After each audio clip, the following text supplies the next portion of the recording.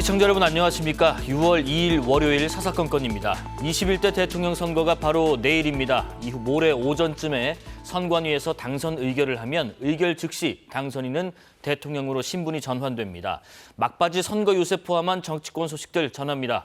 더불어민주당 중앙선대위 부대변인 장현주 변호사, 국민의힘 대변인 강전애 변호사와 함께합니다. 어서 오십시오. 안녕하세요. 예. 각 당 후보들 대선 전 전국을 누비면서 총력전입니다. 21대 대통령 선거 공식 선거운동 기간은 오늘 자정으로 끝이 나고요. 각 후보들이 어디에서 마지막 유세를 펼친지도 관심사인데 먼저 더불어민주당 이재명 후보는 서울 여의도공원, KBS 근처입니다. 국민의힘 김문수 후보는 서울시청 앞 광장에서, 개혁신당 이준석 후보는 대구, 그리고 민주노동당 권영국 후보는 종로 보신각에서 마지막 유세를 펼칩니다. 피날레 유세 장소 그냥 정하지는 않을 것 같아요. 뭐든지 의미가 있을 텐데 장소마다 그 의미를 한번 분석해 보겠습니다. 우선 장현주 변호사님, 여의도공원에서 마무리를 하는 이 유세 일정 어떻게 분석하시나요? 이재명 후보가 예. 선거운동을 처음 시작했던 장소는 광화문 광장이었습니다. 그것도 마찬가지로 이 빛의 혁명을 완성한 곳이다라고 볼 수 있고, 그렇기 때문에 결국 이 내란 종식과 대선 승리를 향해서 가겠다라는 이재명 후보의 어떤 의지를 보여주는 장면이었는데요. 오늘 마무리 유세 장소는 바로 여의도공원입니다. 네. 다 기억하시겠지만 작년 불법 계엄 이후에 사실 국회에서 계엄이 해제됐던 것도 국회였고요. 그리고 관련해서 윤석열 전 대통령의 탄핵소추안이 국회에서 이제 의결되는 순간에 사실 여의도공원에 많은 국민들, 시민들이 모이셔서 응원본을 들고 있던 모습들을 우리가 모두 기억을 합니다. 예. 결국 빛의 혁명이 시작된 장소라고도 볼 수 있다라는 생각이 들고, 그렇기 때문에 여의도 광장을 마지막 유세 장소로 삼은 것이라고 봐야 될 텐데요. 아직도 윤석열 전 대통령의 그 탄핵 심판문에 가장 감동적이었다라는 구절로 꼽히는 문구가 있습니다. 국회에서 계엄이 해제가 빨리 될 수 있었던 것은 시민들의 저항이 있었다라는 부분들이 있거든요. 네. 결국 이 시민들의 저항이 상징적으로 보여주는 곳이 바로 여의도 광장이고, 이재명 후보는 이곳에서 선거 유세를 마무리함으로써 이번 대선이 결국 불법 계엄과 내란으로 인해 치러지는 대선이라는 점을 다시 한번 국민들께 명확히 선명하게 보여드릴 것으로 예상이 됩니다. 예, 김문수 후보는 서울시청 앞 광장입니다. 네. 이건 어떤 의미를 갖고 있죠?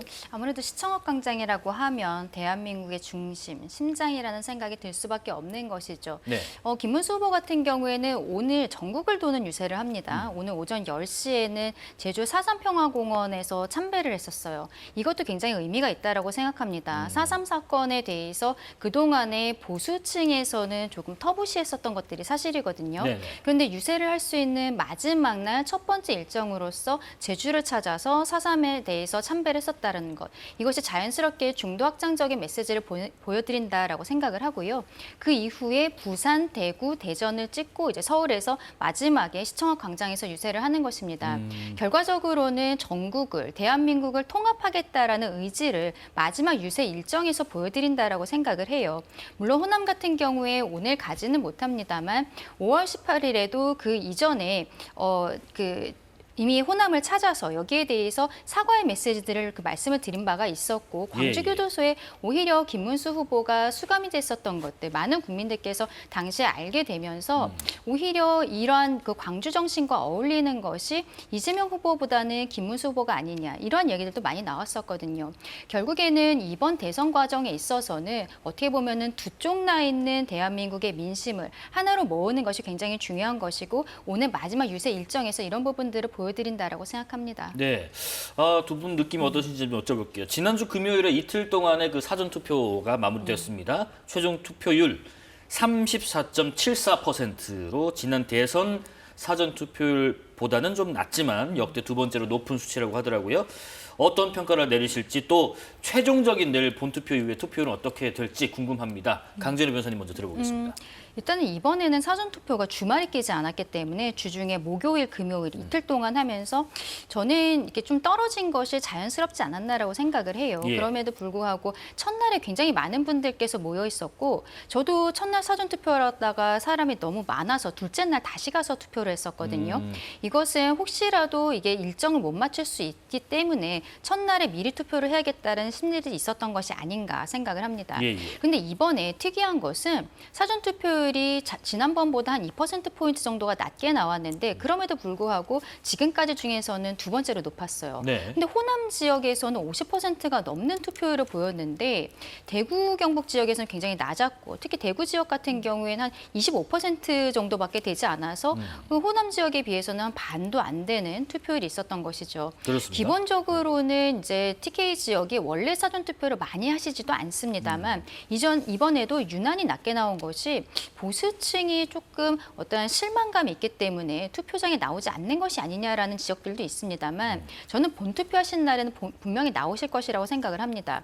오히려 이번 선거 과정에서 그 선거관리위원회가 제대로 관리를 못한 부분을 지적할 수밖에 없어요. 네. 여기에 뭐 특히 신촌에서는 투표용지를 받고 밖에 나가서 식사를 하고 오고는 이런 말도 안 되는 일들이 벌어지고 그리고 어제 구속되신 분은 본인이 공무원 신분인데 오전에는 남편 신분증으로 투표하고 오후에는 본인 신분증으로 투표를 하고 선관위에 이런 모습들이 있었기 때문에 불안감에서 TK 지역에서는 사전 투표를 많이 못 나가신 것이 아닌가라고 생각하는데 결과적으로는 본투표에서는 다 참여하실 것이라고 생각하고 다만 전체적인 투표율은 지난 대선보다는 약간 떨어지지 않을까라고 생각합니다. 그럼 80%는 좀 어렵다. 예, 저는 네. 지난번보다도 조금 낮게 한 70%대 중반 정도가 되지 70 중반 않을까라고 정도. 생각합니다.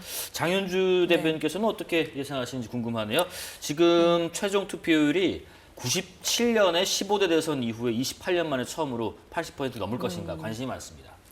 그렇죠. 80% 가깝게 나오지 않을까라는 가깝게, 생각은 듭니다. 80%를 넘기는 뭐 힘들 수 있다라는 현실적인 분석도 있기 때문일 텐데요.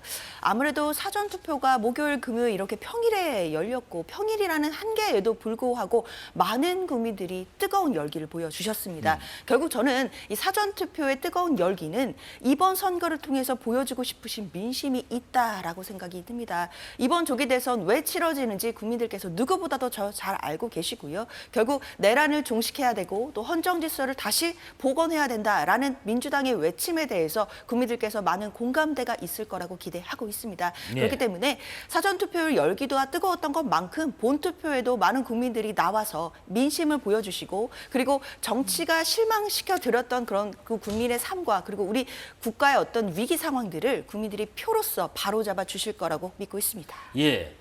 공식 선거운동 시간이 이제 8시간도 채 남지 않았습니다. 유권자들의 선택을 앞두고 있고요. 뭐랄까요? 이 시간 앞두고는 막판 변수라는 것이 생길 수 있을지 아니면 이제는 좀 정리 단계일지 궁금한데 이번에는 장현주 대변인 먼저 말씀해 보실까요? 사실 이제 선거운동 기간이 예. 오늘 밤 12시이기 때문에 네네. 많이 남지 않은 상황이고요. 각 캠프 모두 다 지금 마지막 유세를 준비하고 있는 중이기 때문에 사실상 시간적으로는 뭐 막판 변수가 새롭게 등장하기는 어려울 것 같습니다. 다만 앞서 나왔던 뭐 설화 논란이라든지 예. 그리고 지금 또 뒤에서도 나오겠지만 혹시 국민의힘이 연루된 것 아니겠느냐 하는 댓글 공작 의혹들이 새롭게 등장한 부분들은 있습니다. 이런 부분들이 주말 새에 굉장히 논란이 커지면서 또 국민들께서 많은 관심을 갖고 있는 부분들이 있기 때문에 이런 부분들을 특히 중도층에 계신 국민들이 어떻게 생각하실지 네. 이런 부분들이 좀 선거의 변수가 될 수는 있겠습니다. 이제 뭐 좀 지겨우실 수 있는 분도 계시고 아니면 계속해서 기대하는 분도 있는 것 같아요. 국민의 입장에서는 막판 변수 혹시 막판 단일화 나옵니까? 이렇게 단일화에 네. 대해서 저희 김문수 후보 같은 경우에는 마지막까지 노력하겠다라고 이야기를 하고 있습니다만 네네. 어쨌든 이준석 후보 측에서는 오늘도 여기에 대해서 강경하게 거부하는 메시지들이 나왔고 저희 당에서도 김용태 비대위원장이나 권성동 원내대표 역시 여기에 대해서는 이제는 조금 어렵다라는 형태로 오히려 표로서 단일화를 해주십시오라고 유권자들께 말씀을 드리고 있거든요. 네네. 처음에 우리가 마지막 유세 과정에 대해서 말씀을 드리면서 이준석 후보는 오늘 대구에서 마지막 유세를 한다라고 합니다. 보통 생각해 보면은 그동안에 뭐 대학생들을 만나고 서울과 수도권 지역에서 많이 활동을 했었기 때문에 왜 그런 마지막에 대구에서 유세를 하는가 생각을 했을 때는 본인이 이번 대선에 있어서는 보수의 적장자는 이준석이다라고 계속 이야기를 하고 있었어요. 근데 결과적으로는 김문수 후보가 여론조사상으로 많이 치고 올라가는 부분이었다고 생각을 합니다. 양강 구도가 생기면은 이준석 후보를 찍으려고 생각했던 분들도 아니야, 그래도 이재명을 막기 위해서는 이준석보다는 김문수를 찍는 게 낫겠다라고 생각하시는 분들이 많을 수 있겠거든요. 네. 그럼 이준석 후보는 만약에 이번에 10% 이상의 득표를 하지 못했을 때는 선거비용 보전의 문제도 있겠습니다만 본인들 당의 앞으로의 존속 가능성이라든지 그리고 스스로의 특히 이번에 그 설화 논란이 더 있었기 때문에 문제가 된다고 생각하는데 앞으로의 정치적 행보가 굉장히 큰 부분이 있다고 생각합니다. 서울과 경기도에서 기존에 본인을 지지해줬던 2030 지지층들에게는 이번 유세 과정에서 많이 어필을 했지만 대구에서 많이 나와야 되는 거예요. 본인이 보수의 적장자라고 이야기를 했기 때문입니다. 그렇죠. 그래서 이쪽으로 간 것이 아닌가. 그러니까 결과적으로 제가 말씀드리고 싶은 건 네. 이준석 후보가 대구에 갔다라는 것 자체가 더 이상 단일화 같은 것은 어렵다. 이런 것을 알고 있기 때문에 간 것이 아닌가라고도 생각합니다. 자, 이런 가운데요. 국민의힘 김문수 후보가 유세 발언에서 비윤리적인 발언을 했다는 논란이 일고 있습니다. 한번 들어보겠습니다. 저 딸 중매가 들어왔는데 판사하는 사람, 또 변호사입니다. 어디 뭐 교수입니다. 누구입니다. 이런 사람이 중매가 많이 들어왔는데 우리 딸이 다 싫대요.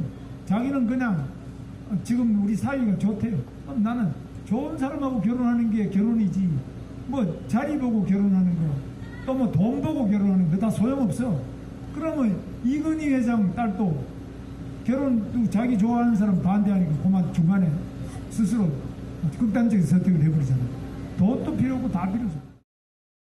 투표를 하는데 꼭 방탄, 괴물, 독재, 총통 독재 이런 거 찍으면서 민주주의 말하는 사람 있죠? 이런 사람을 뭐라 그러냐 X라 그래요. 그래서 좀 공식적인 자리 또 어떻게 보면 공개적인 자리에서 유세장에서 한 일가의 어떤 좀 비극적일 수 있는 가족사를 딸과 좀 비교해서 말을 한 부분 또 다른 후보를 지지하는 유권자들 향해 또 어떤 비속어를 얘기한 부분 이런 부분이 좀 논란이 되는 것 같아요. 그렇죠. 김문수 후보는 사실상 선거운동이 설화로 시작해서 설화로 마무리하는 것 아니나 이런 생각이 듭니다.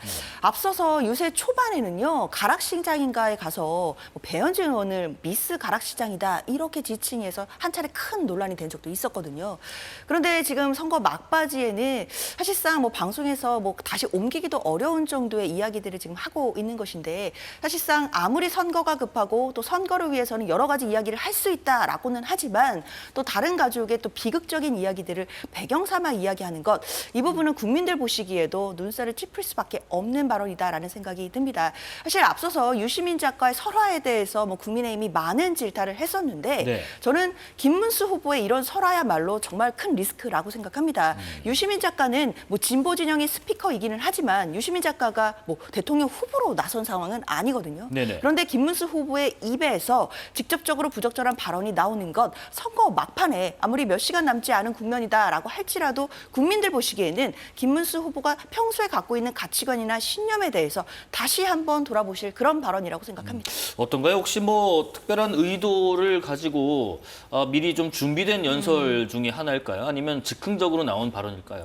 전혀 의도된 표현은 아닐 거라고 예. 생각을 합니다. 특히 본인을 지지하지 않고 상대방 후보를 지지하는 분들에 대해서 저런 안 좋은 표현을 쓰는 것은 굉장히 문제가 있다고 생각하고 지난 총선 과정에서도 이재명 후보가 당시 개항에서 지역구를 돌아다니면서 본인을 지지해주지 않는 다른 분들에 대해서 이찍 아니야?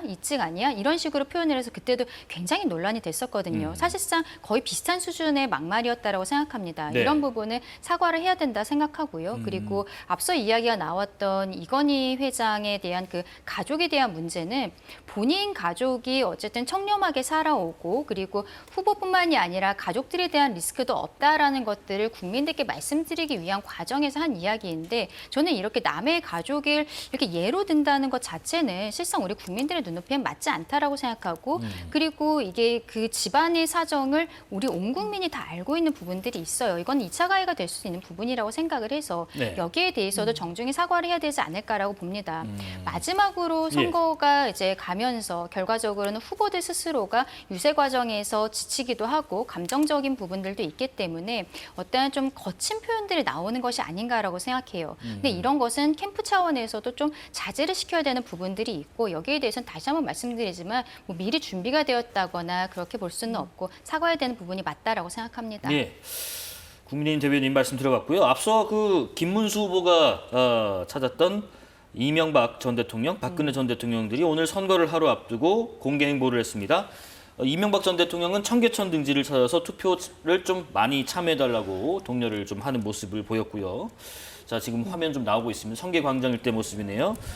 박근혜 전 대통령은 부산의 범어사 등을 찾아서 특별한 발언 없이 이제 행보를 좀 보였는데 김문수 후보에게 도움이 되는 부분인가 혹은 반대로 어떻게 보면 민주당의 역결집의 촉매제가 될 수 있는 것인가 어느 쪽으로 보십니까?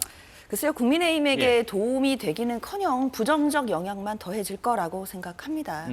왜냐면요, 이명박 전 대통령 아시다시피 횡령 뇌물 등의 혐의로 구속이 됐던 전직 대통령이고요. 박근혜 전 대통령은 국민의힘이 배출한 탄핵된 대통령 중에 한 명입니다. 그런 전직 대통령이 지금 나서서 김문수 후보를 마치 지지하는 듯한 저런 행보를 보이는 것 자체가 사실은 국민의힘에게 특히 중도에 계신 국민들이 보시기에는 도움이 될지 소구력이 있을지 굉장히 의문이 들고요. 그럼에도 예. 전직 대통령들이 나서야만 하는 이런 상황이 이제 지금 있다라는 것 자체가 국민의힘 자체에서 지금 보수 결집에만 의존해야 되는 상황이 아니겠느냐라는 좀 안타까운 마음도 듭니다. 예. 사실 초반에는 진영을 결집시킬 수도 있고 선거 초반에는 당연히 양 진영이 좀 결집하는 양태를 보여가지만 그래도 선거 후반으로 가거나 중반으로 가면서 어떻게든 결집된 진영에서 중도로 확장하고 중도 외연 확장을 위해서 더 나은 방향을 찾아가는 것이 이제 선거 일정의 대부분의 모습들이거든요. 네네. 그런데 지금 국민의힘이 보여주는 모습들은 중도 확장이라기보다는 갈수록 보수 결집에만 의존하는 있는 것 같아서 중도층에 계신 국민들 입장에서는 국민의힘이 보여주는 행보에 대해서 전혀 소구력 있게 느끼지 못하실 것 같습니다. 또 다른 전직 대통령 한 분 더 있습니다. 윤석열 전 대통령 관련인데요. 지난 토요일에 서울 광화문에서 열린 집회에서 윤 전 대통령이 김문수 후보에게 힘을 모아달라라는 호소문이 대독 발표됐습니다. 듣고 다시 말씀 나누겠습니다. 오는 6월 3일 반드시 투표장에 가셔서 김문수 후보에게 힘을 몰아주시기를 호소드립니다. 지금 기회를 놓치면 너무 많은 시간과 희생을 치루어야 하고 또한 자유민주주의와 정상국가 회복이 불가능할지도 모릅니다. 지금 김문수에게 우리의 힘을 모으는 것만이 해답입니다. 2025년 5월 30일 윤석열 드림. 이 부분은 강전의 대변인님 어떻게 네. 평가하십니까? 윤석열 전 대통령께서 메시지를 내는 것은 저는 굉장히 부적절하다라고 생각을 합니다. 예, 예. 네. 앞서 그 두 분의 전직 대통령들 같은 경우에는 이미 형을 받은 지 좀 오래된 부분들이 있고 그리고 김문수 후보가 경선에서 8인 중에 한 명이었을 때는 가장 강성으로 분류가 되었었거든요. 그런데 어쨌든 본인이 당의 후보로서 된 이후에는 중도 확장적인 메시지들을 계속 내고 있습니다. 그러면은 기존의 강성의 지지층들 같은 경우에는 오히려 김문수 후보에게 조금은 실망할 수도 있는 부분들 을 박근혜 전 대통령이나 이명박 전 대통령이 채워주고 있다라고 생각을 하거든요. 예. 오늘도 아까 제가 말씀드린 것처럼 첫 번째 일정이 마지막 유세 날의 첫 번째 일정이 4.3 평화공원 참배를 하는 것처럼 이런 다른 모습들을 보여주고 있다라는 것이죠. 근데 윤석열 전 대통령 같은 경우에는 파면 결정이 4월 4일에 나왔고 결과적으로는 이번 조기 대선이 이루어지게 되는 과정에 있어서 물론 헌법재판소에서는 민주당의 전행에 대해서도 지적을 한 부분들이 있습니다만 윤석열 전 대통령이 비상겸이라는 수단을 선택했던 것에 대해서는 분명히 잘못됐다라고 그 표현이 된 것이 있고 그리고 내란죄로서 지금 형사 재판을 받고 있는 상황이거든요. 여기에 대해서 뭐 본인 스스로는 어떤 억울하다라든지 이런 생각들이 있을 수는 있겠습니다만 재선 과정에서는 나와주지 않는 것이 실상 당과 후보를 위해서는 저는 맞는 부분이다라고 생각합니다. 네네. 근데 저런 메시지들을 특히 저 극우 성향의 단체들이 모여 있는 분들 앞에서 대독하는 형태로 하고 있다라는 것. 이것을 바로 대선을 한 이틀 정도 남겨놓고서는 저런 모습들을 보인다라는 것은 지금 후보 스스로 보여주고 있는 중도 확장적인 메시지들, 모습들을 완전히 물을 붓는 듯한 저는 모습이라고 생각을 하거든요. 네네.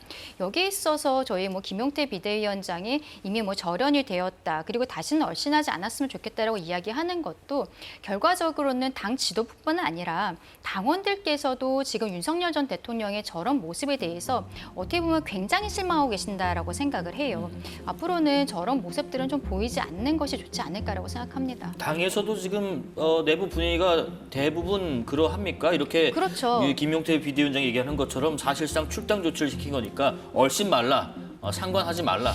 그러니까 이렇게 말씀드리긴 좀 그렇습니다만 결과적으로는 절차상으로는 윤석열 전 대통령이 자진 탈당의 형태를 띄었습니다. 그런데 그 기간 동안에 너무 오래 걸렸던 것이 아니냐라고 지적하시는 분들도 계신 것이 사실이에요.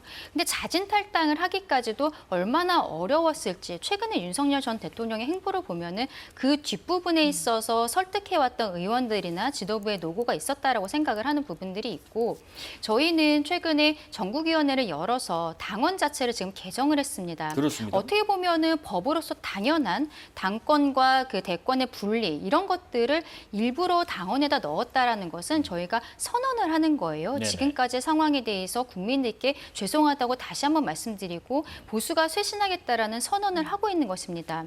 이게 바로 그저께 정도에 있었던 일인데 또 이렇게 윤석열 전 대통령이 여기에 대한 메시지를 낸다라는 것은 저희 당 입장에서는 너무 실망스럽다라고 말씀드리고 싶습니다. 국민의힘 비대위 차원에서 그런 얘기도 하더라고요. 지난해 윤 대통령 탄핵 반대 당론으로 채택했던 것이 무효화돼야 된다. 비대위 차원에서 바로잡겠다 이런 말도 했는데 근데 또 이런 부분을 두고 이제 김용태 비대위원장만 애쓰는 거 아니냐 하는 말도 나와요. 그렇죠. 일단 김용태 위원장이 뭐 탄핵을 반대했던 당론을 무효화해야 된다라고 말씀하셨는데 이 부분이 일단 시기적으로 너무 늦었죠. 네. 사실 이미 윤석열 전 대통령은 탄핵이 소추되고 그리고 헌법재판소에서 만장일치로 탄핵이 됐기 때문에 내일 조기 대선이 치러지는 것 아니겠습니까? 사실 그렇기 때문에 이제 와서 이 당론을 무효화한다라고 해도 어떤 실익이 있는지 국민들께서는 사실 선거를 앞두고 선거 이익을 위한 이야기 아니겠느냐라고 의심하실 것 같습니다. 예. 그런데 그마저 이 이야기에 대해서도 윤상현 의원은 바로 반대를 하고 나오더라고요. 윤상현 의원 같은 경우에는 이런 김용태 비대위원장의 이야기에 대해서 유감이다라고 하면서 당의 정체성을 포기해서는 안 된다라는 취지로 지금 반대를 하고 있는데 결국 이런 장면들이 지금 국민의힘 내부에서 보여지고 있는 자중질환적 상황들 그리고 대선 이후에 보여질 당권을 두고 벌어질 어떤 치열한 다툼이랄까요? 이런 것들을 미리 예고편처럼 보여주는 모습들이기 때문에 사실상 지금 어떤 국민들에게 마음을 얻어서 뭐 대선을 잘 치르고 이런 부분도 중요하겠지만 예. 대선 이후에 결국 당내 당권을 누가 차지하고 누가 보수를 재편할 수 있는 권력을 쥐게 될 것인지 이런 부분에 대해서 지나치게 관심이 많은 것 아니겠느냐라고 의심할 수 있을 것 같습니다. 지금 민주당 관련해서도 막판에 논란거리가 하나 있습니다. 미국의 사업가이자 세계 3대 투자자로 꼽히는 짐 로저스 회장의 이재명 후보 지지 발언의 진위를 두고 국민의힘의 공세가 있습니다. 이재명 후보 지지 선언문으로 알려진 짐 로저스 회장의 그 원문을 보니까 지금 우측 좌측 내용이 사뭇 다르고 또 분명한 차이도 있는 것 같아요, 강재 대변인. 그렇죠. 저 짐 로저스 같은 경우에는 예. 세계 3대 투자자로 꼽히는 사람인데요. 짐 로저스가 이재명 후보에 대해서 지지 선언을 했다. 민주당에서는 굉장히 크게 여기에 대해서 홍보를 했습니다. 근데 이것이 사실이 아니다. 이것은 완전 사기다라고 짐 로저스 측에서 이야기가 나오니까 민주당에서 완전히 확인은 못했습니다라고 이야기를 하는 거예요. 이미 다 확인을 하고서는 여기에 대해 발표를 했었어야 되는 것이죠. 이재명 대표 입장에서는 본인이 대통령이 되면 코스피 5천 시대를 만들겠다. 그리고 뭐 삼성전자급을 3개 정도 더 만들겠다. 네. K-엔비디아 얘기도 예전에 했었죠. 이런 이야기를 하면서 본인이 경제를 살릴 수 있는 대통령 후보다라는 이미지를 굉장히 국민들께 각인시키려고 노력을 한 부분들이 있거든요. 예. 그런데 토론회 과정에서 AI 관련해서 100조 원 만들면 무엇부터 하실 겁니까? 물어봤을 때 아무런 계획이 없어요. 그리고 미국과의 통상전쟁, 중국과의 관계에 대해서도 왜 이렇게 극단적이십니까? 잘하면 됩니다. 이런 이야기를 해서 굉장히 이미지를 깎아먹었던 것이 있거든요. 커피 원가 120원 논란, 호텔 경제학, 그리고 거북선 웨이브파크 논란 이런 것들이 본인의 어떤 경제 대통령으로서의 이미지를 좀 낮췄기 때문에 어떻게 보면 이재명 대표와 민주당 입장에서는 짐 로저스의 어떤 지지 선언 이게 굉장히 큰 호재라고 생각을 했을 수 있을 것 같습니다. 근데 이게 실상은 전혀 허가받지 않은 내용이었다는 것이 드러나면서 국제적인 망신이 되어버린 것이죠.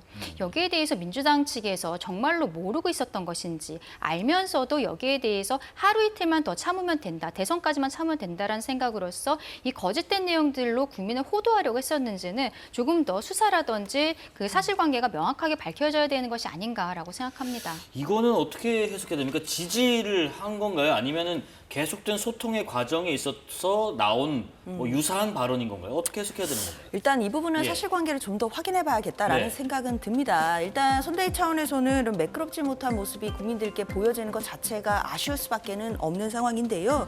특히 이제 이 부분을 준비했던 김진향 의장 같은 경우에는 이 영국에 있는 송경호 교수가 짐 로저스 회장과 SNS를 통해서 대화를 하고 소통을 했다라고 얘기를 밝혀왔거든요. 네. 그렇기 때문에 아마 이 소통했던 내용들을 전부를 확인해 본다든지, 그리고 아마 선거 이후에는 김진향 의장이 직접 이 과정들을 세밀하게 밝히겠다라고 하고 있는 중이기 때문에 관련해서 선후 관계가 어떻게 되었는지, 그리고 짐 로저스 회장이 어떤 의사를 표명한 것인지 이런 부분들을 좀 확인해 보고, 만약에 이제 문제되는 부분이 있거나 뭐 책임질 부분이 있다라고 한다면 그런 부분에 대해서는 또 당 차원에서도 책임을 묻거나 따져볼 일은 있어야 되지 않겠나라는 생각 듭니다. 영어가 그렇습니다. 뭐 직역도 있고 의역도 있고 오역도 있는데 어떤 부분에서 좀 다른 면이 있었는지는 한번 좀 따져볼 필요가 있겠다는 말씀까지 들어봤습니다. 자, 이런 가운데요.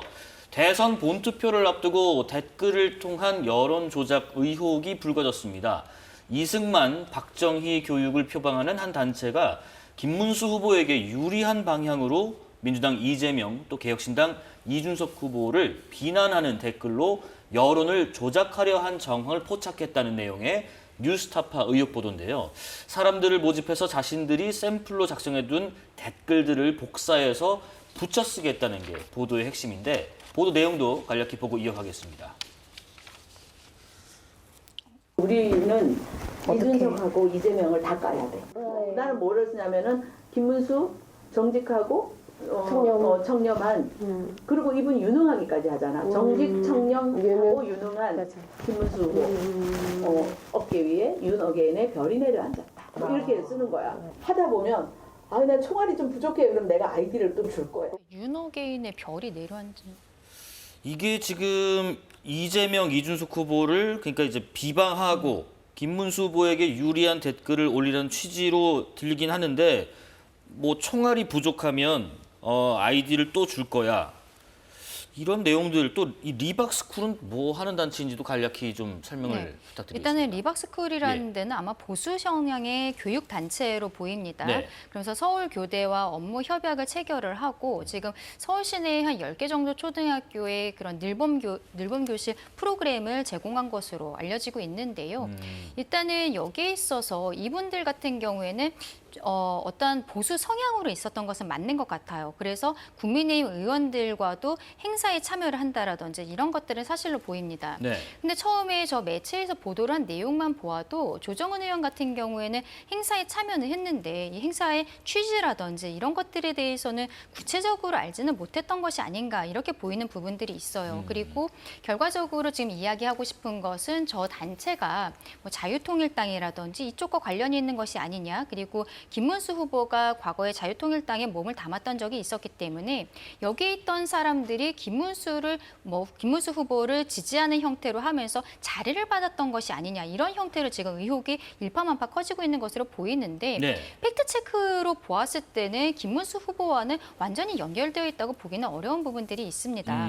리박스쿨에서의 영상, 여기에 김문수 후보가 들어가 있기 때문에 빼박이다. 지금 민주당에서는 그렇게 이야기를 하고 있는데 네. 이 영상이라는 것도 본인들이 활동했었던 기록을 남겨놓은 거예요. 거기에 마치 뭐 김문수 후보가 리박스쿨 여러분 저를 위해 댓글을 달아줘서 감사합니다. 열심히 해주십시오. 이런 인터뷰가 들어간 게 전혀 아니고 행사 과정에 있어서 김문수 후보가 사진을 찍혔던 것은 사실인 것입니다. 근데 여기에 대해서는 정치인들 같은 경우에는 정치적인 성향을 띠는 단체에 있어서 행사에 참여를 한다라든지 이런 것들이 좀 어색한 일은 아니거든요. 오히려 굉장히 자주 있는 일이고, 여기에 대해 지금 민주당과 특히 저 매체 측에서 대선을 3일 앞두고 이러한 이야기를 하는 것은 네. 오히려 최근에 나오고 있는 이재명 대표에 대한 악재들, 뭐 장난과 관련한 부분들이라든지 그리고 유시민 씨와 관련한 부분들, 이런 것들을 오히려 덮기 위해서 좀 무리한 의혹 제기를 하고 있는 것이 아니냐라고 저희 국민의힘에서는 보고 있는 것입니다. 네, 뭐 지금 자료 영상에 과거의 김문수 후보의 네. 모습이 좀 나오곤 있습니다만 이것이 뭐 직접적으로 연결됐다라고 보기엔 좀 어려운 부분이 있다는 말씀이신 그렇죠. 것 같고 장윤 변호사님 지금 네. 그리고 또 하나가요.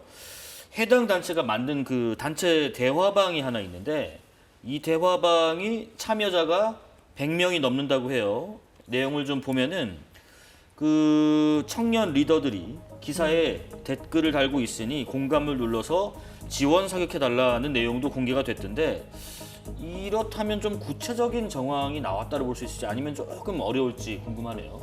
일단 현재 이게 고발이 되어 예. 있고요. 특히나 이제 경찰청에서도 관련돼서 수사의 속도를 내겠다라고 하고 있으니까 좀 더 그렇습니다. 수사를 통해서 많은 것이 밝혀져야겠다라는 생각은 듭니다. 네. 다만 지금 뉴스타파가 관련해서 잠입 취재를 한 거였거든요. 그렇기 때문에 지금 나온 여러 가지 영상들이라든지 또는 그 대화방의 캡처 내용들 이런 부분은 상당히 신빙성 있지 않나라는 판단은 듭니다. 그렇다면 조직적으로 단체 대화방에서 그 댓글에 대해서 지시를 내리고 그 부분에 대해서 뭐 공감을 눌러서 그 댓글을 위로 보내준다든지 그리고 이제 총알이라고 표현하는 그 아이디 같은 경우에도 한 아이디를 가지고 그날 할 수 있는 댓글이나 공감 버튼 누르기가 끝난 경우에는 뭐 다른 아이디를 제공해 준다든지 이런 정황들이 만약에 사실로 드러난다라고 한다면 이것을 어떻게 그냥 일반 개개인 시민들이 또는 국민들이 자유롭게 정치적인 의사를 표현하고 댓글을 단 것이라고 할 수 있겠습니까? 이거는 이런 사실 정황들이 진실로 드러난다면 어디까지나 댓글을 조작하거나 공작하고자 했던 조직적인 움직임이 있는 것으로 볼 수밖에 없는 것이기 때문에 네. 지금 공직선거법 위반이라든지 뭐 형법이라든지 이런 관련해서 고발이 된 상황이고요. 수사기관에서는 이런 부분을 정말 명명백백하게 수사해야 된다고 생각합니다. 이러한 내용 때문에 그 단체가 대선 후보들과 어떤 관계인지 의혹이 이어지는데 리박스쿨의 대표는 김문수 후보와 잘 아는 사이다라고 언급을 했습니다.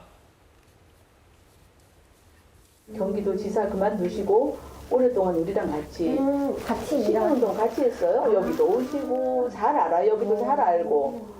그리고 우리 여기서 세미나가 있거나 교육이 있거나 하면 언제든지 오시는 거야. 오셨어요. 친분이 좀 있으세요? 그렇지. 잘 알지. 그래서 내가 누군지도 알고 계시고. 이박스쿨에 누구를 안다 모른다 이런 문제가 아니고 지금 댓글 문제 때문에 묻는 거 아니에요? 전혀 모르는 일입니다. 그런 일은 근거 없이 이야기하면 안 되겠습니다. 네. 먼저 여쭤보겠습니다. 네. 일단 리박스쿨 잘 아느냐 질문에는 이게 지금 안다 모른다 문제가 아니다. 댓글 문제는 좀 모른다 딱 잘라 말했고요. 국민의힘도 지금 전혀 관련이 없거나 네. 연관성을 찾기가 어렵다라는 입장인 것 같은데 지금 어떤 댓글을 조작했는지 증거를 대라 이런 입장인가요? 그렇죠. 지금 구체적인 내용들은 나오고 있지 않기 때문입니다. 지금 이 매체에 대해서도 하나 좀 말씀드리고 싶은 것이 지난 대선 과정에 있어서도 대선을 3회를 앞두고 같은 매체에서 보도를 낸 것이 있었어요. 당시 윤석열 검사가 대장동과 관련해서 깊숙이 개입이 되어 있던 것이 아니냐, 커피를 타주면서 이것을 도와줬던 것이 아니냐라고 의혹을 제기했던 바로 그 매체였습니다. 결과적으로는 이게 사실이 아니라고 드러났죠. 근데 이번에도 똑같은 매체가 역시 똑같이 3일 전에 갑작스럽게 이 리박스쿨이라는 단체를 이야기를 하면서 김문수 후보의 관계성에 대한 모호한 이런 보도들을 내어놓고 있는 것이죠. 근데 앞서 말씀드린 것처럼 리박스쿨에 있어서의 그 관련자들이 자유통일당과 연결이 되어 있는 사람들로 보입니다. 그렇다면은 김문수 후보 입장에서는 몇몇 분들 같은 경우 개인적으로 알 수도 있었겠죠. 근데 중요한 것은 거기에 있어서 사람 누구를 안다의 문제가 아니라 네. 김문수 후보가 이런 댓글을 조작하고 이런 정황들에 대해서 알고 있었는지 혹은 뭐 여기에 대해서 지시를 했는지 어느 정도 가담이 되어 있는지 그것이 문제인 거잖아요. 그렇기 때문에 김문수 후보와 관련이 있다라고 지금 민주당에서 이야기를 하고 싶은 것일 텐데 실상 지금까지 나온 것은 우리가 조금 아까 영상으로 봤던 본인들의 활동 영상 안에 김문수 후보의 사진이 일부 들어가 있다라든지 이 정도밖에 없다라는 거예요. 댓글 조작에 있어서는 전혀 없다라는 것이죠. 근데 이런 것들을 이야기하는 것은 오히려 민주당 입장에서는 저는 악수라는 생각도 듭니다. 댓글 조작이라고 하면은 우리 국민들께서 제일 먼저 생각나시는 건 역시 드루킹 사건일 수밖에 없다라고 생각하거든요. 드루킹 사건으로 김경수 전 지사가 결과적으로는 2년형을 선고받고 실형을 살았잖아요. 네. 이 생각을 하면은 댓글 조작은 오히려 민주당이 옛날에 했었던 일 아닌가 이런 생각하실 수밖에 없는데 그럼에도 불구하고 막판에 이런 의혹을 제기했다라는 것은 앞서 말씀드린 것처럼 지금 나오고 있는 이재명 대표에 대한 악재들, 가족과 관련한 악재들 문제들 이런 것들을 덮기 위한 부분들이 아닌가라고 생각할 수밖에 없는 것이죠. 앞서 그 장윤주 부대님께서 잠깐 설명을 하셨습니다만은 일단 경찰 수사 중인 과정인 거고 첫 번째가 댓글 조작이 뭐 정말 있었는가. 그다음에 만약에 있었다면 이것이 김문수 후보랄지 국민의힘이랄지 이런 집단에서 조직에서 관여한 것이 아닌가 하는 그런 의혹 제기를 지금 민주당에서 하고 있는 건가요? 그렇죠. 일단 관련된 부분들은 수사를 통해 밝혀지겠지만 일단 지금 리박스쿨의 대표도 김문수 후보를 잘 안다고 이야기를 하거든요. 사실 그렇다면 뭐 김문수 후보가 뭐 이 부분에 대해서 어느 정도 선을 긋는다라고 하더라도 저는 관련된 부분들을 수사기관에서 뭐 조사를 해보고 또 불러서 소환해서 물어보게 된다라고 한다면 금방 진실이 드러날 수 있겠다라는 생각 듭니다. 네네. 그리고 김문수 후보가 뭐 리박스쿨에 뭐 관련된 영상에도 뭐 등장을 한다든지 이런 부분들이 물론 그것만 가지고 바로 모든 것이 리박스쿨과 뭐 그 김문수 후보가 연결되어 있다라고 단정할 수는 없겠지만 적어도 수사를 하는 데 있어서의 단서는 됩니다. 그리고 추정할 수 있는 정황은 분명히 되는 것이기 때문에 수사기관으로서는 당연히 리박스쿨이 댓글 조작이 있었는지 공작이 있었는지도 당연히 살펴볼 것이고요. 이 부분에 대한 조직적인 뭐 움직임이 있었는지 여부뿐만 아니라 자금은 그럼 어디서 났는지 뿐만 아니라 뭐 국민의힘이나 김문수 후보 같이 뒤에 정치권과 연결돼 있었던 어떤 배후가 있는 것은 아닌지 이런 부분에 대해서 복합적으로 수사를 할 것으로 보입니다. 한 가지 의혹 제기를 더 하고 있네요. 지금 뭐 댓글 작성에 참여하면 그 대가로 초등학교 방과후 프로그램인 늘봄학교에서 강의할 자격을 받았다라는 보도도 나왔는데 그러면은 이 단체가 국민의힘과 윤석열 정부와 어떤 유착 가능성까지 지금 제기하는 건가요? 일단 그렇게 단정할 수 있는 단계는 네. 아니지만요. 여러 의심의 단초들은 나오는 것 같습니다. 뭐 말씀 주신 것처럼 단순히 댓글 공작 의혹에서 그치는 것이 아니라 이 댓글 작업에 참여했던 사람들이 뭐 늘봄 강사 자격증을 좀 더 손쉽겠다고 실제로 그 강사로 채용됐다라는 정황들이 지금 드러나고 있기 때문에 결국에는 공직선거법상의 매수나 뭐 그 매수 유도죄 이런 부분도 해당될 수 있겠다라는 판단이 듭니다. 그렇기 때문에 그런 혐의로도 지금 현재 고발이 되어 있는 상황인데요. 네. 게다가 늘봄학교 같은 경우에는 윤석열 전 대통령의 보육 그리고 이제 초등 방과후 그 교육 정책에 있어서 대표적인 정책이었기 때문에 그런 부분과 관련해서도 연관성은 없는지에 대해서 당연히 문제 제기가 들어갈 것 같고 수사기관이 이 부분까지도 함께 또 수사해야 될 것으로 보입니다. 지금 그 교육부가 리박스쿨 대표의 교육부 자문위원 자격 해촉하고 네. 관련 강사들도 수업에서 배제했는데 그렇다면 뭐가 문제가 있다라고 정부에서 지금 얘기를 하고 있는 건가요? 일단은 문제 제기가 있고 네. 여기에 있어서 이분들에 대한 의혹들이 있기 때문에 교육부 입장에서는 당장에 학부모들의 민원이라든지 걱정을 없애기 위해서 선제적으로 조치를 했다라고 생각합니다. 그럼 결과적으로는 마지막에 확정이 되기 위해서는 조금 아까 장 변호사님 얘기해 주신 것처럼 네. 수사가 필요하다라고 생각을 하고 수사 과정에 있어서 뭔가 비리라든지 유착관계 이런 것들이 드러난다면 책임질 사람들은 당연히 책임을 져야겠죠. 그런데 말씀드리고 싶은 것은 대선을 3일 앞두고 지금 이렇게 김문수 후보와의 관계성에 대해서는 굉장히 모호한 것인데 마치 지금 국민의힘과 김문수 후보가 리박스쿨 그리고 이 늘봄교실 교사와의 관계가 단정적으로 있는 것처럼 민주당이 이야기하고 있는 것 이것이 문제다라고 말씀을 드리는 것입니다. 네네. 지금 그럼 수사 과정에서 어제 고발인 조사를 진행했다고 서울경찰청이 밝혔고 지금 혐의가 보니까 공직선거법 위반 그리고 컴퓨터 등 업무 방해 혐의인 것 같은데 수사 초점은 그러면 어디에 좀 먼저 들여다봐야 됩니까? 역시 뭐 댓글 조작이 있는가 이거부터 살펴봐야 되는 건가요?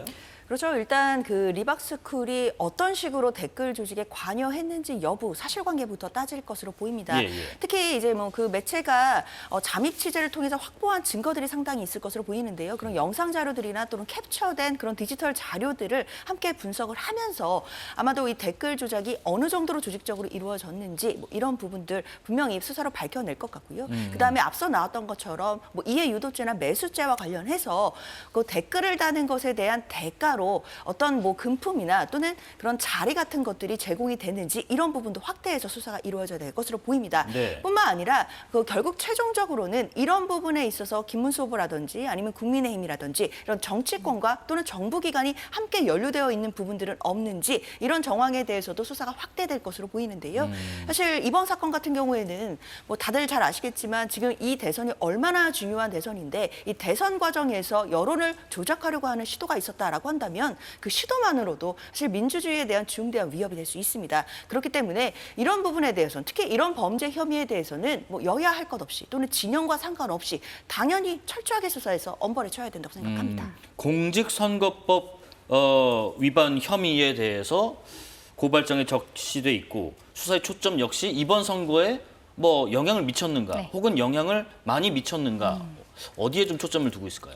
근데 공직선거법을 개정해야 된다라는 것에 있어서는 네. 여야 간에 좀 협의가 있어야 되지 않나라고 생각을 합니다. 지금으로서는 어떤 뭐 몇몇 사람들이 모여서 댓글을 쓴다라든지 이런 것을 가지고서는 처벌할 수는 없거든요. 과거에도 이재명 후보가 성남시장이었던 시절에 지금 뭐 지지층의 개딸 이전에 손가혁이라는 사람들이 있었어요. 손가락 혁명단이라고 해서 댓글로써 이재명을 도와주십시오라고 이재명 후보가 굉장히 좀 권유를 해서 모여졌었던 단체들이 있었는데 이런 분들도 법적으로 문제가 있다라고 보기는 어려웠었거든요. 그런데 드루킹 사건 같은 경우에는 김경수 당시 이제 경남도지사가 결국에는 형법에 있어서 컴퓨터로 이렇게 업무 방해를 했다라는 죄로서 2년형을 실형을 받았었는데 이거는 좀 상황이 달라요. 사람이 그냥 쓴 것이 아니라 그때 킹크랩이라는 매크로 프로그램을 썼던 거거든요. 네네. 그렇기 때문에 네이버나 이런 포털 사이트의 업무를 방해했다라는 것이 된 것이죠.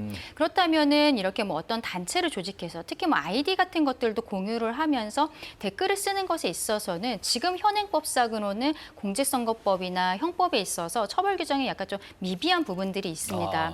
그러면은 네. 이분들에 대해서도 뭐 나중에 형법이나 그 공직선거법이 개정이 된다고 해도 처벌을 할 수 있는지 여부도 약간 좀 애매한 부분들이 있거든요. 근데 향후에도 이런 일이 있어서는 안 된다라는 거잖아요. 이게 네. 만약에 사실이라면 그렇다면 지금 여기에 있어서는 여야 간에 공직선거법 같은 것을 개정을 해서 이렇게 댓글을 조작한다라든지 단체로 어떤 의사를 좀 만들어 나간다라든지 이런 것에 대해서 처벌하는 규정을 신설해야 되는 것이 아닌가라는 생각도 듭니다.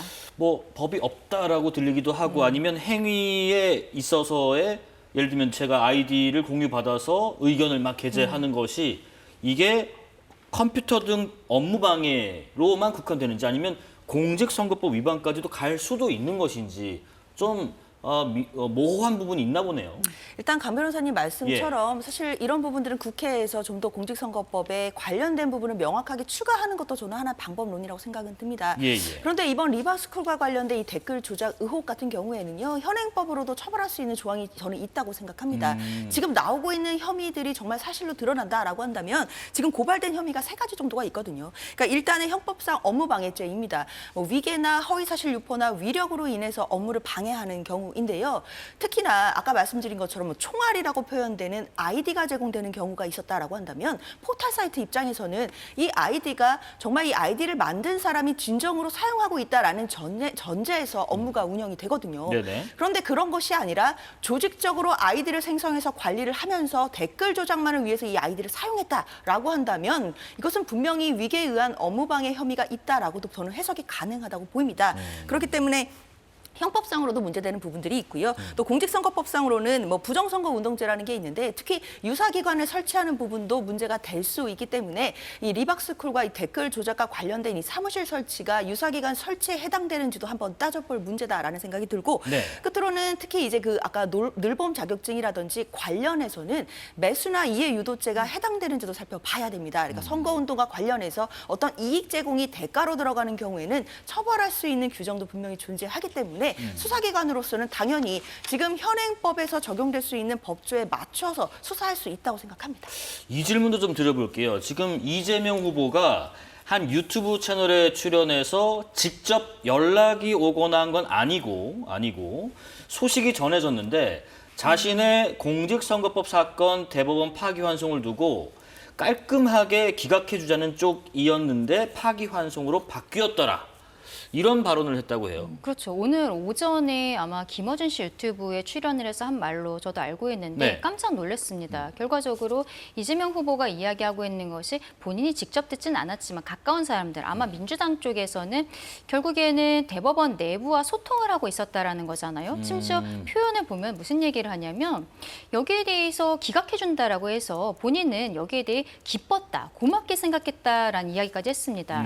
본인이 오랫동안 법조인으로 수준으로 살아왔었는데 이번처럼 깜짝 놀란 사건이 처음이다라는 이야기를 했거든요. 그것은 이 내부적으로 대법원에서의 판결 과정 이런 것들을 민주당에서 알고 있었다라는 거예요. 근데 저희 국민의 입장에서는 전혀 모르고 있었던 것이고 알고 있었다는 것 자체가 굉장히 문제가 되는 거죠. 그리고 여기에 대해서 그 이재명 후보가 무슨 생각인지 모르겠습니다만 오늘 오전 김어준 씨 방송에서 자백하는 내용이 된 거예요. 그렇다면 여기에 대해서는 당연히 수사가 들어가야 되는 것이 아닌가라는 생각이 듭니다. 네, 지금 국민의힘은 사법부 독립에 대한 노골적인 도전이다라고 하면서 이게 어떤 경로로 들었는지 밝혀야 된다 하고 비판하고 있는데 이재명 후보 측은 이거는 왜곡이다. 김문수 후보는 리박스쿨 댓글 조작 의혹부터 답하라 이런 입장입니다. 사실 이재명 후보가 이야기하는 것이 이것이 무슨 사법부를 통해서 소식 통해서 들었다 이런 취지로 저는 생각하지 않고요. 직접 들은 것도 아니고 아마 소식을 들었다라는 취지는 사실 그 대법원에서 파기환송 결정이 나올 때 사실 많은 분들이 좀 놀라고 예상을 못했다라는 발언들이 많았거든요. 왜냐하면 사실은 전원합의체 회부가 된 지 9일 만에 선고일이 잡혔을 때 사실 법조계에서 대부분의 그 어떤 의견이랄까요 예측들은 상고가 기각되는 것 아니겠느냐라는 예측이 훨씬 많았었습니다. 사실 시간이 9일이라면 너무나 짧기 때문에 사실 이렇다면 항소심에서 나왔던 부분, 그러니까 무죄가 확정되는 방향으로 가는 것이 맞지 않겠느냐라는 의견들이 굉장히 많았을 것 같습니다. 그렇기 때문에 저도 물론 그렇게 예상을 했고요. 따라서 아마 그런 예상들을 이재명 후보가 들었기 때문에 아마도 기각을 좀 기대하지 않았겠느냐, 저는 그런 취지를 읽히고요. 그럼에도 대법원이 좀 많은 예상을 깨고 대법원이 전원합의체 회부한 지 9일 만에 사실 항소심의 결정을 뒤집는 파기환송을 하는 그런 결정을 내렸기 때문에 많은 분들이 좀 놀라신 부분들이 있었거든요. 너무나 이례적으로 결정이 빨리 나왔다라는 부분이 참으로 놀랍고 그렇기 때문에 이 부분에 대해서 좀 부실하게 판결한 것 아니겠느냐 이런 또 비판까지 나왔던 것도 사실입니다. 그렇기 때문에 이재명 후보의 저희 이야기를 두고 바로 사법부와 어떤 소식이 있었다, 함께 소통하는 것 아니었냐라고 이야기하는 건 전 정치 공세에 불과하다고 생각하고요. 그때로 돌아가 보면 많은 법조인들이 사실상 상고 기각될 것이다라는 예측하시는 분들이 정말 많았다라는 말씀도 드리겠습니다. 근데 여기에 대해서는 보통 일은 아닌 것 같아요. 이재명 후보가 정치 보복도 하지 않겠다라고 이야기를 하고 있고 사법부에 대해서도 지금 문제 제기하는 것에 대해서 본인은 당이 국민들의 뜻에 따라서 알아서 할 거다라는 형태로 이야기를 하고 있습니다. 그런데 어제도 결과적으로는 이재명 대표에 대해서 대장동 사건을 수사했었던 검사 이 부분이 증거를 위조했다, 조작했다 이런 이야기를 하면서 공수처에 고발을 했거든요. 그리고 지금 오늘 아침에 방송에서 한 이야기도 저도 왜 이런 이야기를 하는지는 이해가 되지 않습니다만 결과적으로 대법관 중에서 10명, 결국 파기환송 결정에 의견을 낸 사람 10명에 대해서 지금 민주당에서 탄핵하겠다라고 하는 거잖아요. 여기에 대해서 이재명 후보가 스스로 힘을 실어주는, 민주당의 폭주에 대해서 힘을 실어주는 듯한 발언이었다라고 생각을 합니다. 이재명 후보가 대통령이 되었을 때 어떠한 나라가 될 것인가, 상권 분립이 계속적으로 이루어질 수나 있는 것인가, 많은 국민들께서 우려를 하고 계시는데 이 막판까지 민주당이 보여주고 있는 이러한 강압적인 태도들이 중도층의 민심에는 굉장히 악영향을 끼치지 않을까라고도 생각합니다. 끝으로 이 소식도 좀 간략히 짚어보겠습니다. 이른바 비화폰을 두고 검찰은 윤석열 전 대통령의 내란 혐의 입증의 핵심이 될 것으로 기대하는 분위기입니다. 자, 이와 관련해서 윤석열 전 대통령이 김성훈 전 대통령 경호처 차장에게 2차례 전화를 해서 군 사령관들의 비화폰 삭제 관련 조치를 묻고 지시했다라는 보도가 나옵니다. 지난해 12월 7일 통화 내용인데 윤 전 대통령이 이렇게 물어봤고 경호처 차장이 확인해 보겠다 하면서 이런저런 대화가 오갔다는 보도가 지금 나왔는데 그러니까 이제 지난달 30일에 경찰이 김 전 차장을 소환 조사하면서 나온 내용이고요. 근데 이제 지금 이 서버 규정을 묻고 조치해야 한다 이렇게 말했다는 거에 대상은 여인형 전 방첩사령관, 곽종근 전 특전사령관, 이진우 전 수방사령관으로 파악됐다는 얘기가 있습니다. 강 변호사님. 그렇죠. 지금 이러한 이야기들이 수사기관에서 결과적으로 언론으로 흘러나오고 있는 과정에 대해서도 먼저 문제 제기를 하고 싶습니다. 대선을 앞두고 왜 수사기관에서 언론에 이러한 이야기를 흘리는지 그 의도는 굉장히 명백하다라는 생각이 들고 그 부분에 있어서 다시 수사가 이루어져야 된다라고 생각을 하고요. 지금 이 부분은 아마도 그게 문제가 되는 것 같습니다. 최근에 비화폰 관련해서 이제 나왔는데 자료가 내부적으로 이미 삭제가 되었었다라는 것이죠. 그래서 이것을 포렌식을 하고 있다. 있다라는 형태로도 언론에 보도가 되고 있는데 그 과정에 있어서 김성훈 차장의 조사 과정에서 윤석열 전 대통령이 이 서버와 관련한 규정들을 물어봤다라는 것은 저는 이 언론 보도 그리고 이 언론에다가 수사기관에서 흘린 취지는 마치 윤석열 전 대통령이 김성훈 전 차장으로 하여금 서버에 있는 내용들을 삭제하도록 시켰다라는 뉘앙스를 주기 위한 것이 아닌가라고 생각을 해요. 근데 그것은 지금 단계에 있어서는 굉장히 무리한 것이고 그리고 경찰에서도 공식적인 브리핑 과정에 있어서는 현재로서는 이 자료를 삭제한 대상에 대해서 경호처로 추정은 되지만 아직까지는 수사로서 조금 더 밝혀져야 된다라고 이야기를 하고 있거든요. 네. 이러한 무리한 수사 과정에 있어서의 언론 흘리기 이런 것들이 좀 중단되어야 되는 것이 아닌가 강하게 이야기하고 싶습니다. 일단 이 시점에 이런 보도가 나오는 자체가 좀 문제가 있다는 의식을 좀 하셨고 또 하나가 이렇게 단정할 수 있는가 하는 부분인데 일단 12월 6일 그러니까 이 통화 내용 나온 전날에 윤 전 대통령 또 홍장원 전 국정원 1차장 김봉식 전 서울경찰청장의 비화폰이 원격 로그아웃된 흔적이 포착되기도 했단 말이죠. 이와 관련해서 지금 아직 누가 삭제를 지시했는지는 특정되지 않은 상태에서 김 전 차장은 지금 무관하다라고 선을 긋고 있습니다. 그렇죠. 근데 일단 윤석열 전 대통령이 12월 7일에 비화폰 관련해서 이제 지시를 했다라는 이야기가 나온 것이 다름 아니라 김성훈 전 차장을 조사하던 중에 나온 얘기라는 것 아니겠습니까? 사실 김성훈 전 차장에 대해서는 뭐 국민들이 다 기억을 하실 것 같은데요. 윤석열 전 대통령에 대해서 정당한 체포영장을 집행할 때 사실상 이를 불법으로 계속해서 가로막았던 그 경호처 전 차장입니다. 그렇기 때문에 윤석열 전 대통령을 끝까지 비호할 것으로 비춰졌던 김성훈 전 차장의 입에서 저런 취지의 이야기가 나왔다라고 한다면 저는 저 진술은 굉장히 신빙성이 있다고 수사기관이 판단할 것으로 보입니다. 그러면 윤석열 전 대통령이 12월 7일 즈음에 비화폰과 관련된 뭔가 증거인멸을 지시한 정황들이 있는 것으로 좀 봐야 될 것 같고요. 특히 12월 6일에는 홍장원 전 차장이나 김봉식 전 차장의 경찰처장의 그 비화폰이 원격 로그아웃되었다. 그럼 결국 삭제가 되었다라는 취지인 것인데 네. 사실 이 부분을 김성훈 전 차장은 자기랑 관련이 없다라고는 하고 있지만 결국에는 조직적으로 증거인멸을 시도했던 것은 아닌지에 대해서 당연히 수사기관이 의심을 하고 지금 수사를 하고 있을 것으로 보이거든요.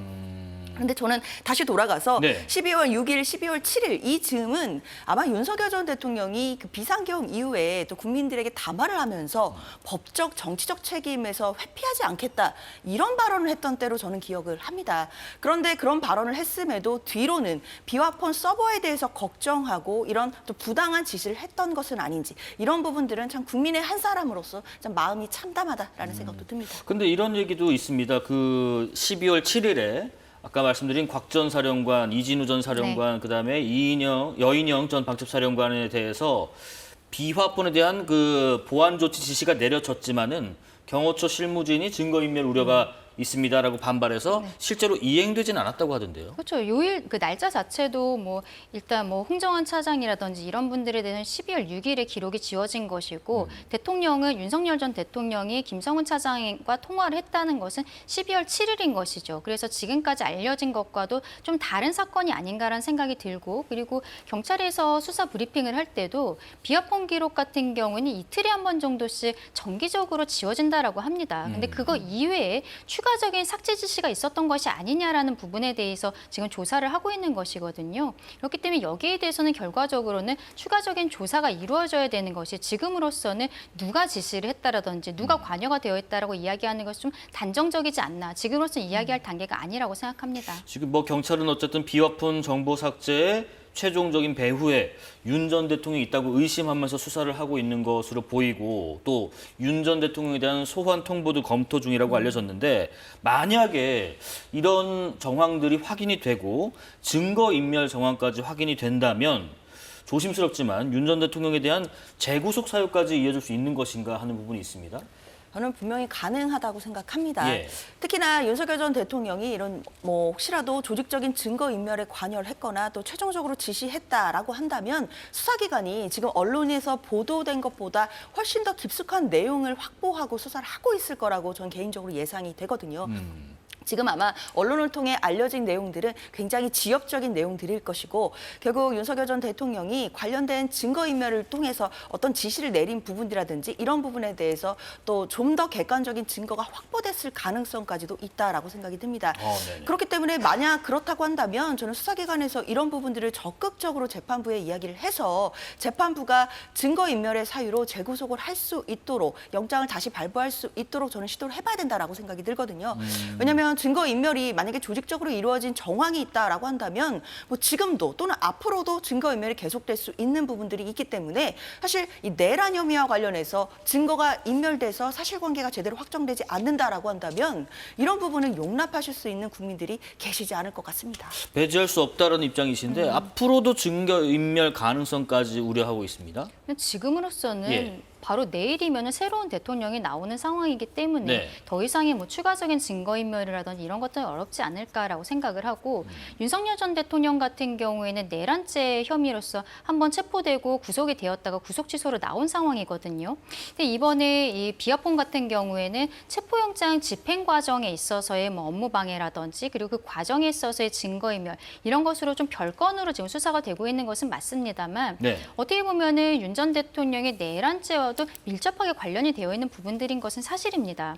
그러면은 이미 내란죄로서는 한번 구속이 됐다 구속 취소가 됐기 때문에 같은 죄명으로는 다시 구속하기는 어렵거든요. 결국 형이 나올 때까지 판결이 나올 때까지 구속할 수가 없는데 이러한 뭐 관련되어 있는 사건들 가지고서는 이것으로 다시 영장을 쳐서 구속을 시킬 수 있을 것인가 그 부분에 대해서는 좀 의문입니다. 네네. 이것이 뭐 앞으로 이어지는 형사 재판과도 좀 연관이 돼 있는 부분이 있는 건가요? 그래서 이 사건 관련해서 네네. 지금 검찰 측에서는 이 사건에 대해서도 어떤 영장 같은 것을 좀 내달라라고 이야기를 하고 있습니다만 지기현 부장판사가 아직 여기에 대해서 정확한 입장을 밝히지는 않은 상황이에요. 그래서 뭐 촉구 의견서도 검찰에서 냈다라고는 하고 있습니다만 조금 더 기다려봐야 될 것으로 생각을 합니다.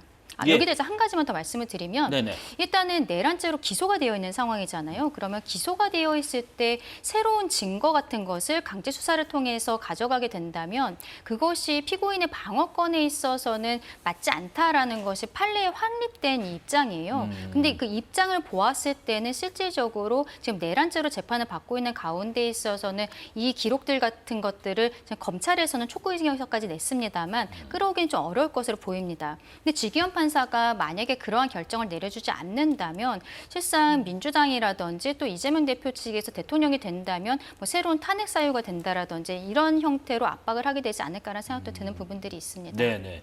기소된 사건과도 이렇게 연관성까지 따져보셨습니다. 자, 지금까지 정치권 소식 더불어민주당 중앙선대위 부대변인 장현주 변호사, 국민의힘 대변인 강전애 변호사와 함께했습니다. 고맙습니다. 감사합니다. 네. 자, 내일 투표는 오후 8시까지 진행되고요. 이후에 개표 작업에 들어가서 이르면 자정쯤 당선인의 윤곽이 드러날 전망입니다. 저희 사사건건은 내일 1시간 일찍 시작해서 2시간 특집으로 진행됩니다. 이후 곧바로 이어지는 KBS 개표 방송까지 많은 시청 부탁드립니다. 6월 2일 월요일 사사건건 여기까지입니다. 시청해주신 여러분 고맙습니다.